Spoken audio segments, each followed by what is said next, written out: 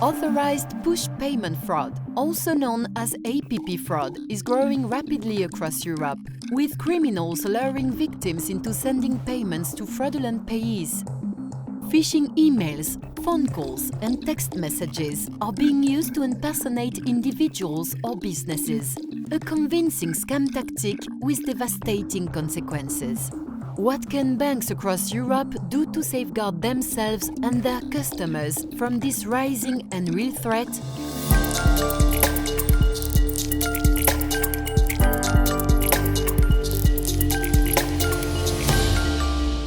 The definition of APP fraud is authorized push payment fraud.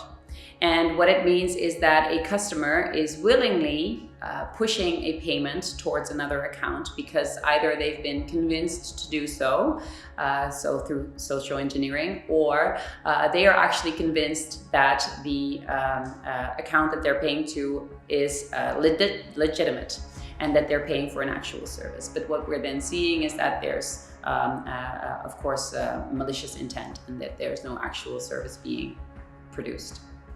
With advances in available technology and the alarming skill sets of modern fraudsters, these scams are becoming so advanced and so convincing that it's difficult to spot before it's too late.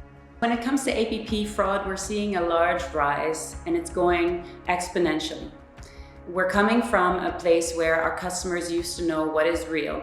And with social engineering on the rise, AI on the rise, and deep fakes showing up, so they don't know anymore what's real and what's not. With the rise of instant payments across Europe and the ease of money movement, fraudsters are pouncing on payment vulnerabilities. Scammers have a lot of ways to sort of intercept or make APP fraud happen. So we're seeing it rise across the European field of payments. Fraud in general is definitely a very big consideration when it comes to the rollout of instant payments.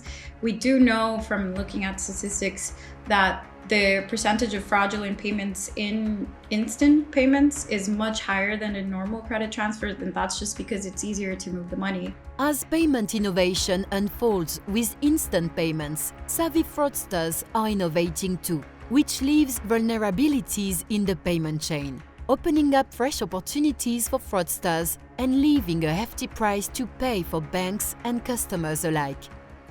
The biggest challenges we are facing as European banks right now in facing APP fraud, I think, are threefold. We have awareness, we have regulations, and we have chain collaboration.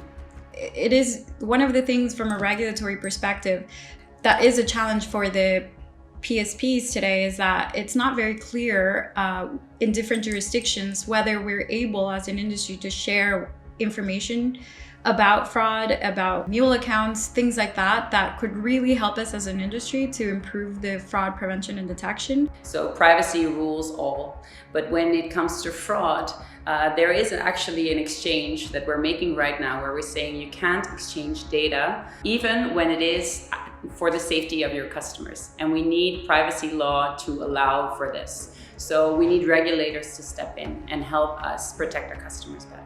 You have to educate your consumers, educate your customers, awareness campaigns, keep them up to date in terms of the different types of fraud,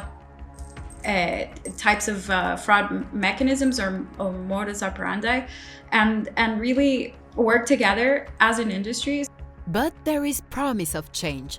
In the Netherlands, we are seeing best practices being put into action, working collectively to fight APP fraud.